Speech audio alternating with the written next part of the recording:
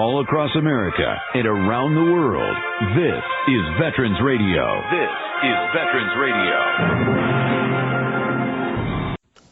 Welcome to Veterans Radio. I am Jim Fausone. I'm the officer of the deck today. We've got some great programs for you. I think you'll find very interesting. We always want to remind you can find more about Veterans Radio at its Facebook site or by going to veteransradio.net, where we're on the web 24/7. You can find a lot of our podcasts there as well. We post new ones every Tuesday, so you can get a new story, a new interview, something you didn't know before by going to veteransradio.net. And before we get started, we want to thank our sponsors. First up, we want to thank National Veteran Business Development Council, nvbdc.org. It was established to certify both service-disabled and veteran-owned businesses. You'll find out how they can help your business by going to nvbdc.org. We also want to thank Eisenhower Center. It's a brain injury recovery center. Learn more about eisenhowercenter.com. They're located in Michigan and in Florida. We want to thank Legal Help for Veterans. Legal Help for Veterans fights for veterans' disability rights all across the nation. You can reach them at 800-693-4800 or on the web at legalhelpforveterans.com. Contact us if you'd like to be a sponsor on Veterans Radio, and let's move on to our program. We want to welcome to Veterans Radio today Dr. Laura Purdy, an Army veteran, a medical doctor, and somebody who's an expert in telemedicine that we're going to talk on that subject on. Dr. Purdy, welcome to Veterans Radio. Hi, good afternoon. Thank you so much for allowing me to come and spend some time with you today. Well, Laura, let's start with this. I know that you're a graduate of Ball State University in 2005. That's where you got your bachelor's. You went on and got your MD from the Uniformed Services University of Health Sciences. You picked up, in 2011, you picked up a master's or an MBA at Southern New Hampshire University in 2020. But how did a nice girl like you end up at getting her MD through the Uniformed Services program? Yes. So I graduated college in 2005. And at that time, the war was relatively young. And I'm sure you remember back in those days, that was all you could see anytime you turned on the TV. America was very patriotic. There were yellow ribbons everywhere on the trees, on the cars, those little magnet, yellow ribbons. And so it was a very patriotic time. And so it honestly seemed like a natural next step. But I'll be honest with you, my dad, he said, well, grad school's all yours. And I was getting all those flyers in my mailbox from Air Force, Army, Navy. And I said, well, I think it looks like the military is looking for doctors, and it seems like the right thing to do. And I really did wanted to be a part of what was going on. I wanted to contribute. And I really had a strong desire to be able to help. And so that's how it happened. Well, and I don't know that we've ever had a doctor on who went through this program with the Uniformed Services University before. Can you tell us a little bit about it and how the training goes and where you go for training and all those other doctorly sort of things? Absolutely. I may be biased, but I think we get the best education in the country. I'll admit I'm biased. But the first thing that you do is basic training. And I understand it is doctor, officer, basic training. So it's we'll say like diet basic training or light basic training, but it was in Camp Bullis, Texas in the middle of July. So at least we know the weather was tough. But so you go to basic training. And at that time, this was back in the day when they were doing the roll 1, roll 2, roll 3. And that was kind of how they were characterizing healthcare. So before I even took a medical class a day of my life, I learned how to set up a roll 1 and do self-aid, buddy aid, triage, LZs, how to do if you remember the dime, delayed, intermediate. They taught us all that before we ever had a class in school. And from the day you show up, you're a little butter bar. Everybody accesses as a second lieutenant, and all the professors are all active duty, and it's multi-service. So you're constantly just inundated, and all the staff is NCOs, all the cadre, the teachers, and we also had a company. So we had a company commander, we had a company first sergeant, and so the structure is very similar to what you have in a unit as well. And so throughout the entire education, we had all the same classes as every medical school in the country, but we also had military emergency medicine. We took CLS classes. We all became combat lifesavers. And in the summer, we didn't take a break. We did training. So like my first summer, I actually went down to Fort Rucker and rode around with some instructor pilots and attended pilot's captain career course. So it was a lot of fun. And then with even more glamorous weather. With even more glam, it was wonderful in the illustrious Fort Rucker, Alabama. It was a once in a lifetime experience. And then additionally, all of the hospitals that you work at, unless there's an exception to that rule, is military hospitals. So I worked at Walter Reed back before it was kind of torn down and moved over to Bethesda. I was working in the original Walter Reed. I also worked in Bethesda, Portsmouth Navy Hospital. I worked at Lackland before it transitioned over to San Antonio. I worked at all the San Antonio hospitals. It's kind of fun because you get to travel all over the country working in military joint service hospitals. And then, of course, you have a big exercise where you go to the field and do combat casualty care and TC3 before you can graduate. And so I honestly think it was an incredible experience and totally unique to anything else in the country. Well, it is a unique experience. I think many people don't realize that that's available if you want to go into the medical field. The military has all kinds of programs, whether it be from medic to nurse to even doctors. They'll train you up. Now, obviously, you have a service commitment as a result of that, and you spent 14 years, I believe, with the U.S. Army. Tell us a little bit about that time in the Army. Absolutely, and I'll say to your point of there's a lot of career options. Over the years, I've had the opportunity to mentor several folks, young and less young, that are thinking about it. If you're thinking about a career in military medicine, I say do it. Because if you're thinking about it, then you should do it. So it was fantastic, and I think the military affords opportunities much earlier in the career.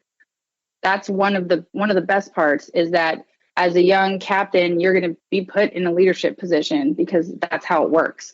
As a major, you may be in a department head position. And the same thing works for nurses, physical therapists. It's not just doctors that get more opportunities in healthcare because they're in the military. It's across the board. Psychologists, therapists, everybody has more opportunities. But it was an exciting 14 years, because as a healthcare provider, whether you're a nurse practitioner, a PA, physical therapist, even veterinarian, there's opportunities to work in a hospital and have a more traditional practice, but you can also have what they call operational positions. And my first job out of residency, I was actually the battalion surgeon for the 91st Civil Affairs Battalion. So I left residency, which was at Fort Benning. So it was a military residency. And I had an operational assignment. So I was training medics, running around in the field, developing protocols on a commander's staff. And that was a fantastic experience that physicians in the, I'm going to say in a real world, in the non-military world, they just don't get that type of experience. And so the variety of options is incredible. So being put in that position right out of residency was one of the most defining moments in my entire career. It was incredible. And well, so, as you say, it sort of rockets your career path in terms of leadership and responsibilities and everything else. It just sort of puts it into overdrive. Yes, I was immediately briefing lieutenant colonels around a small table as the battalion surgeon, as a brand new captain right out of residency. It was a great experience. Well, we could learned a lot. Yeah, we could probably talk all through the whole interview on this aspect, but I want to get to this whole another area that's just sort of exploded or rocketed in the last year, and that's telehealth. And since you got out of the Army, you've been involved in a couple of interesting things, and certainly being a veteran, and your husband's a veteran. You've been involved with the VA, and you're also involved with something called MD integrations, which we're going to talk about in a bit, but it has that connection or overlap to telehealth. So as your career has moved on, and as you've seen certainly what went on last year, telehealth, which was kind of a dirty word before, it was like less than regular health, has really become on the front line of providing medicine to people. I've got a statistic here that prior to the pandemic, VA was doing 40,000 telehealth appointments a month across the country. Now they're doing 40,000 appointments a day across the country. I mean, it's just an explosion of the use of this technology to deliver medicine, not only to rural areas, but every VA hospital is now involved in telehealth appointments. As you look at this, as you're riding this wave, talk to us a little bit about the timeliness of, or the just happenstance maybe of the pandemic and medicine and technology kind of all coming together to allow this to happen. Absolutely. So the interesting thing about it is that the technology has always, it's been there, I would say, for the last 10 to 15 years. But adoption, or I would say, you're right, it has been somewhat of a dirty word and not considered as legitimate as going and sitting down in person. Or maybe it wasn't an option from the healthcare provider standpoint.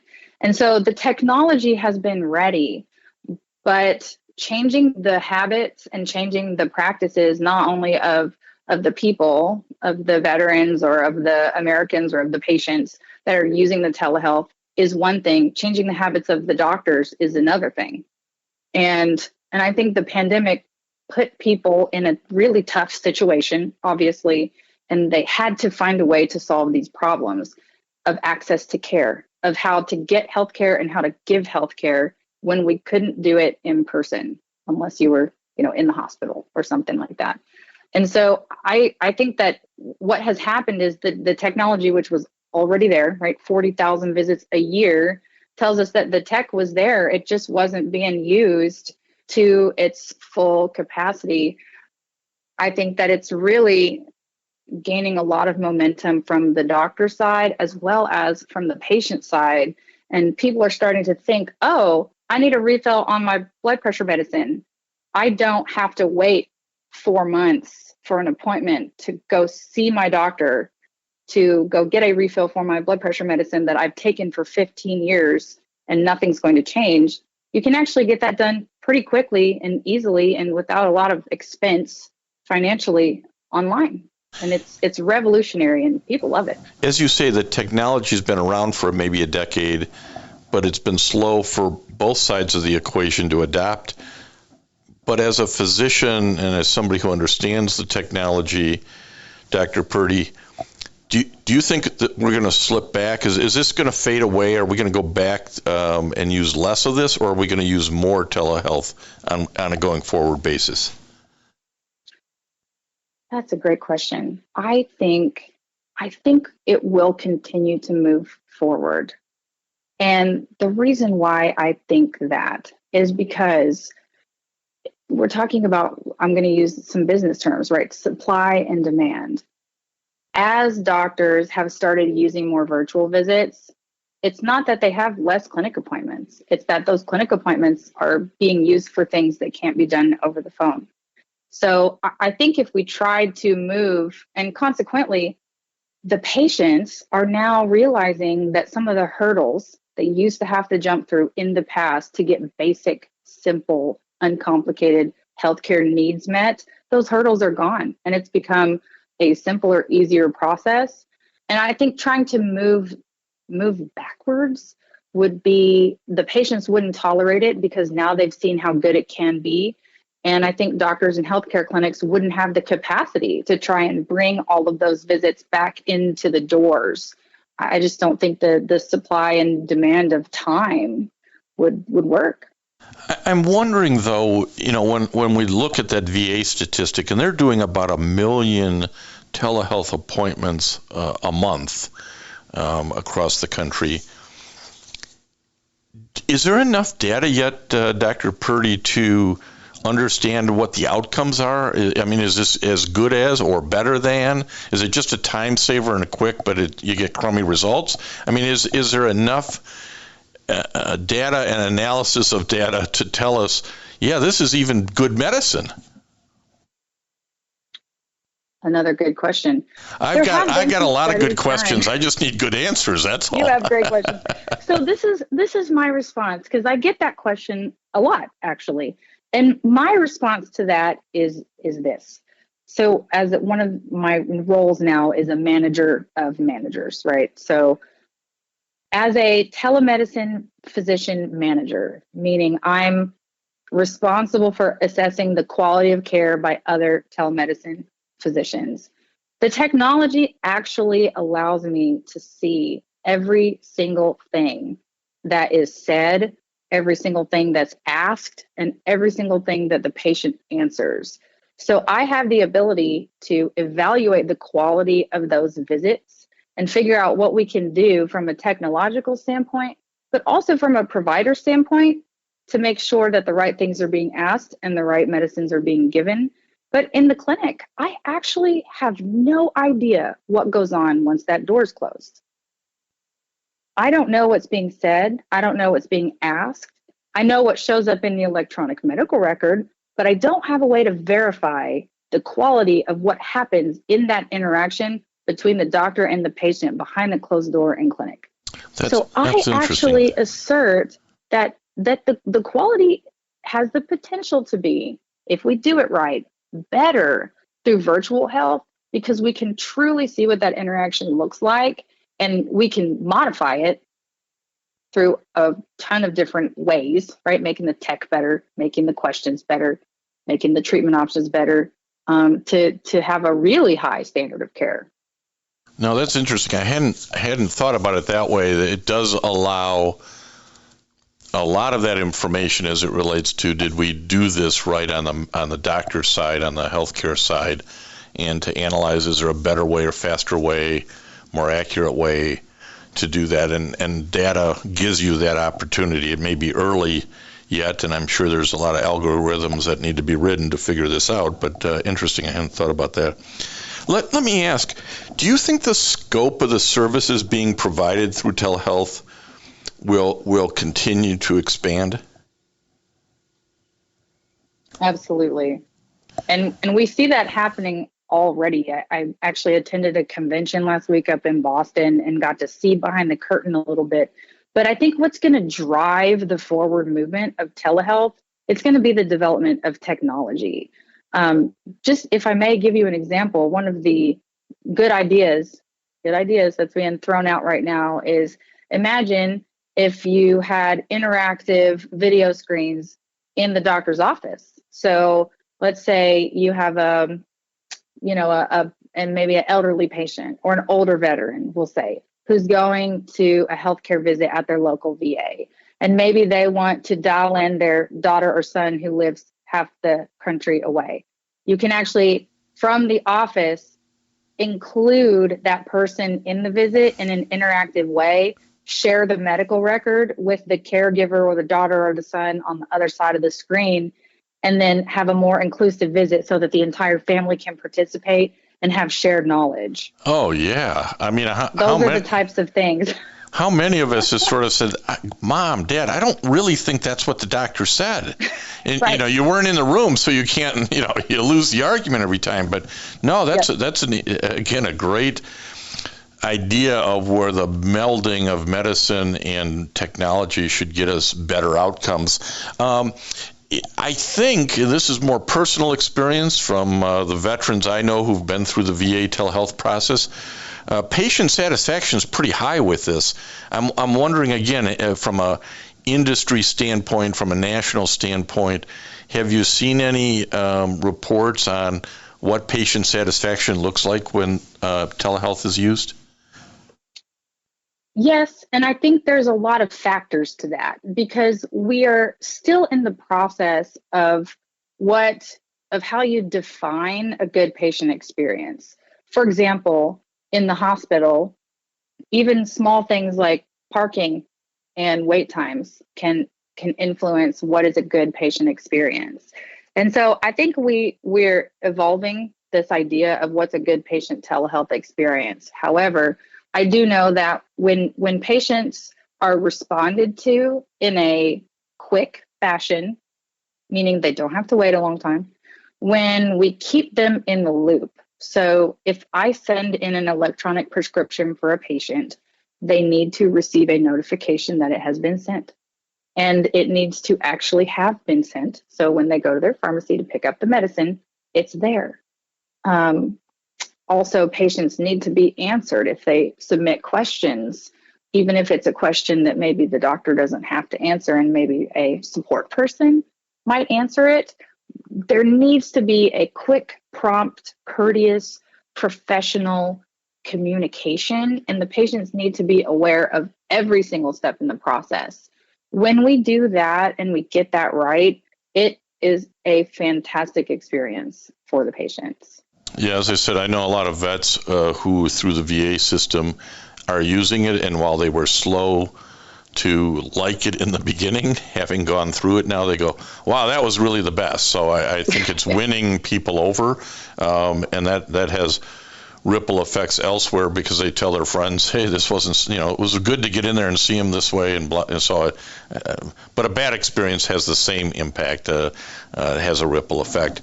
And we're talking to Laura Purdy, who's an Army veteran, did 14 years, got her MD through the military system.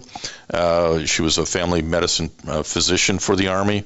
She's now engaged in a process called telemedicine manager with something called MD integrations. Tell us about MD integrations. Absolutely. So MD integrations, you've heard me talk a little bit about if we do it right? If we do it right from a technology perspective, from a staffing perspective, because telemedicine is new and also telemedicine is exploding and growing exponentially. From a business perspective, the companies that are trying to operate within the telehealth industry have a couple of problems that they run into. One is the efficiency of their technology, and two is their ability to staff it from a doctor's level. And so MD Integrations it's a telehealth platform for companies to use that want to become telehealth companies. So if you wanted to start a men's health company tomorrow, you could use MD Integrations and you'd never have to hire a doctor, you'd never have to write a medical policy, and you wouldn't have to design your own technology because we do all that for you. Yeah, it's a whole back office, backbone sort of approach. Yes. Its website is mdintegrations.com. If somebody wants to know more about what this is kind of all about and maybe where telehealth is going into the future. I think one of the things we're all wondering about too in this area, maybe, Laura, is patient security, right? So are my visits secure? Are my records secure? Can you talk to that as a little bit? Because it seems to me it might be a restrictor on adoption further if people don't feel secure about using the technology. Yes. And that is a question that is received quite often. But the great thing about electronic medical records is that electronic medical records that are in the hospital have the same sort of technical safeguards that allow for information privacy and security that internet-based electronic medical records do. For example, there are a lot of hurdles that have to be jumped through in order to make sure that the data privacy laws and the HIPAA, the healthcare information privacy laws in the United States, are adhered to. And there are rigorous testing standards.